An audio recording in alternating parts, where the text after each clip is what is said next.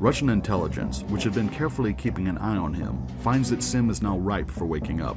This is the critical moment. To use a acting metaphor, it's like asking someone to marry you. You theoretically are not going to ask her until you're sure she's going to say yes. If you think they're not going to agree to it, then of course you don't do it. Frank Sparhawk, who had worked for the American CIA for more than 20 years, says that the key to this story is hidden specifically in psychology.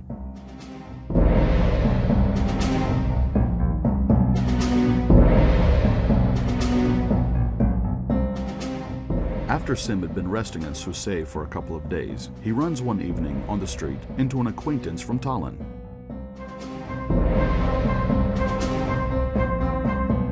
Привет. Привет. This greeter is the former KGB employee and the present Russian Foreign Intelligence Service SVR officer, Valery Zentsov. Simm knows him by sight since Soviet times. Kõige esimene hetk oli kerge paanika,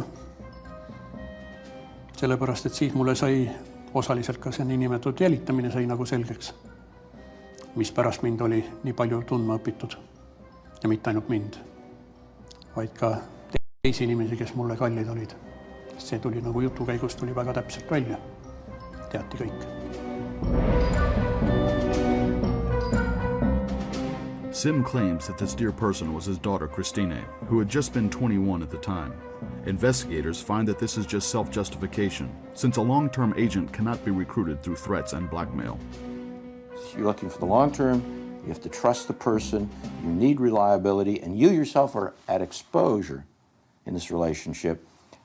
It's better to start on a positive note with mutual trust and mutual interests, so that what you are delivering in this espionage relationship to the other person is something that they want.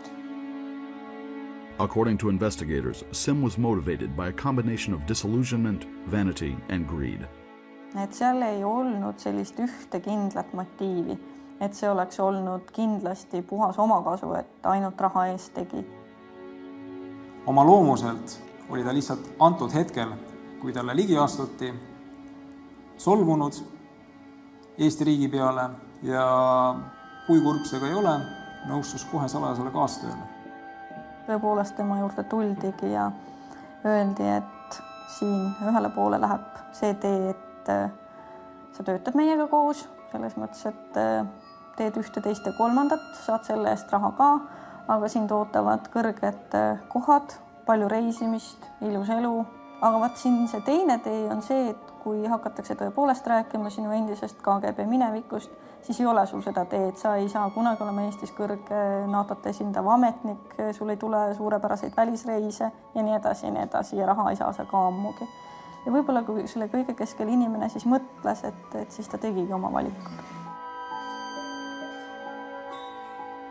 Ja võib-olla see ongi selline kuradile sõrme andmise teema, et kui see esimene samm oli tehtud, et ülejäänud oli juba lumepalli efekt.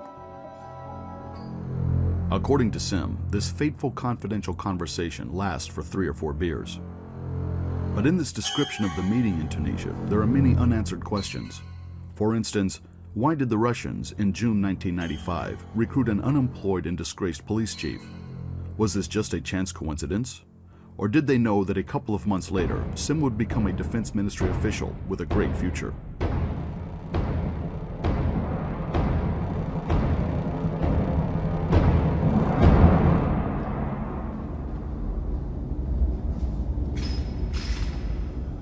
But Simm and the security police are convinced in the reliability of the Tunisia story.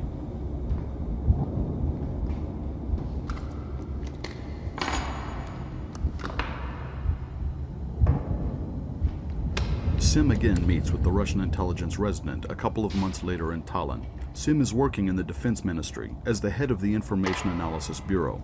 Defense Minister Andres Oval, who hired him, recalls for the press, being able to hire the Director General of the police force for the ministry is like winning the lotto. Actually, Russian intelligence was the lotto winner.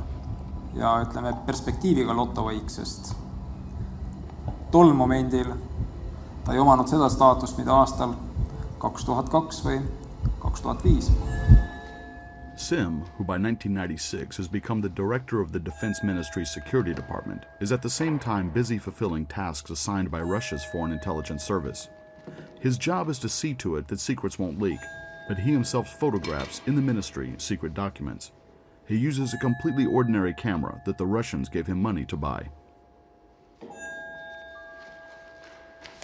Praktiliselt kõik, mis oli, ühtegi asja ei tohtinud olla erivahendeid või mingisugused spetsiifilised asjad. Kõik pidi olema standard kauplusest kätte saada.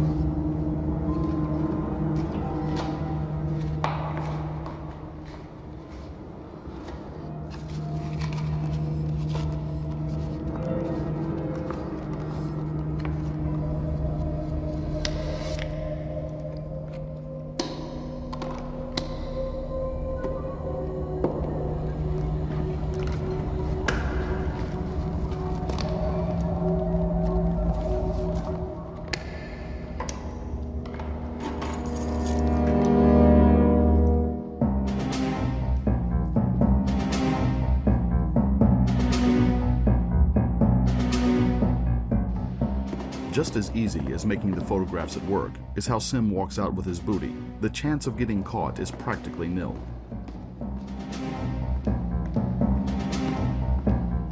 Reglement panebki teatud piirangud igasuguste kaamerate, fotoaparaatide ja muu sellise salvestusvahendite lubamatu sissetoomise üle.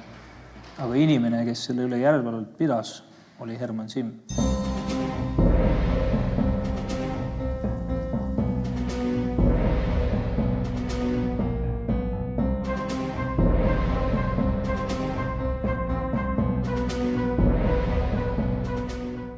Although Simm meets with his case officer 3 or 4 times a year, he does not give the secretly copied materials over directly, but leaves the film or memory device in an agreed-upon hiding place, or as they say in spy parlance, a dead drop.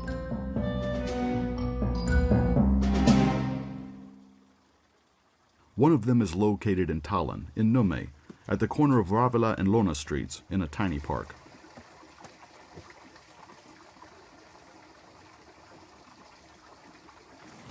Sealt poolt tulin. Siia parempoolse selle trepisääbideme taha, siia pidin panema siis konteineri. Mingi alla näiduke? Siia maha. No umbes niimoodi, meeter sellest. Sinna ta siis jättis informatsiooni Vene luure jaoks, mis omakorda pärast ära võeti. Ta pidi olema sellises kohas, kus on mugav seda panna, mugav ära võtta, nii et kõrvalised pilgud seda ei näeks. Siia panin 200 grammise mahlapaki, kus oli filmi sees 1 või 2.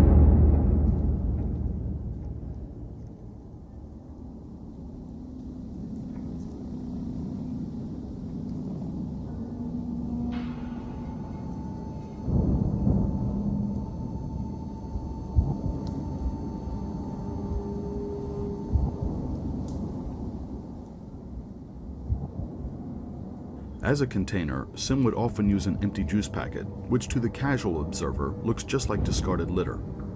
He would leave such a packet for the Russians, for instance, in the brush at the gates of the Tallinn Botanical Gardens. The dead drop is emptied within a couple of hours, and for security reasons is used only once. Communicating, except for the meetings, takes place as rarely as possible, and even then in code.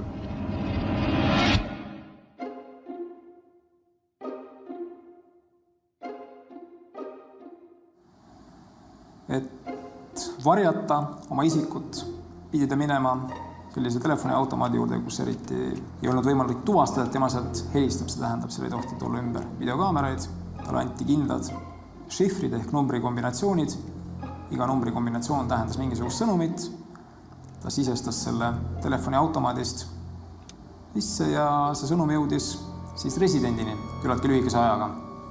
Ja siis oli teada, kas kohtumine toimub samal ajal samas kohas või on midagi vahele tulnud ja kohtumine jääb ära. Ja kui oli oht, siis samamoodi kindel šifri numbri kombinatsioon ja kohtumine jääb ära.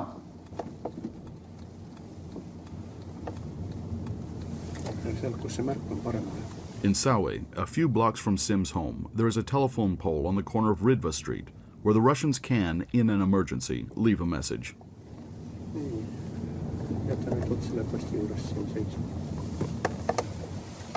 See oli nagu niinimetatud sidetulp, kui siia ilmus valge triidiga tõmmatud joon, siis see tähendab seda, et järgmisel selle nädala laupäeval pidin vähemalt korra nädalas siit kaudu tulema, et ma näeks seda. Ja siis ma pidin minema, see oli erakorraline väljakutse, pidin minema Nõmme jaama laupäeva õhtul.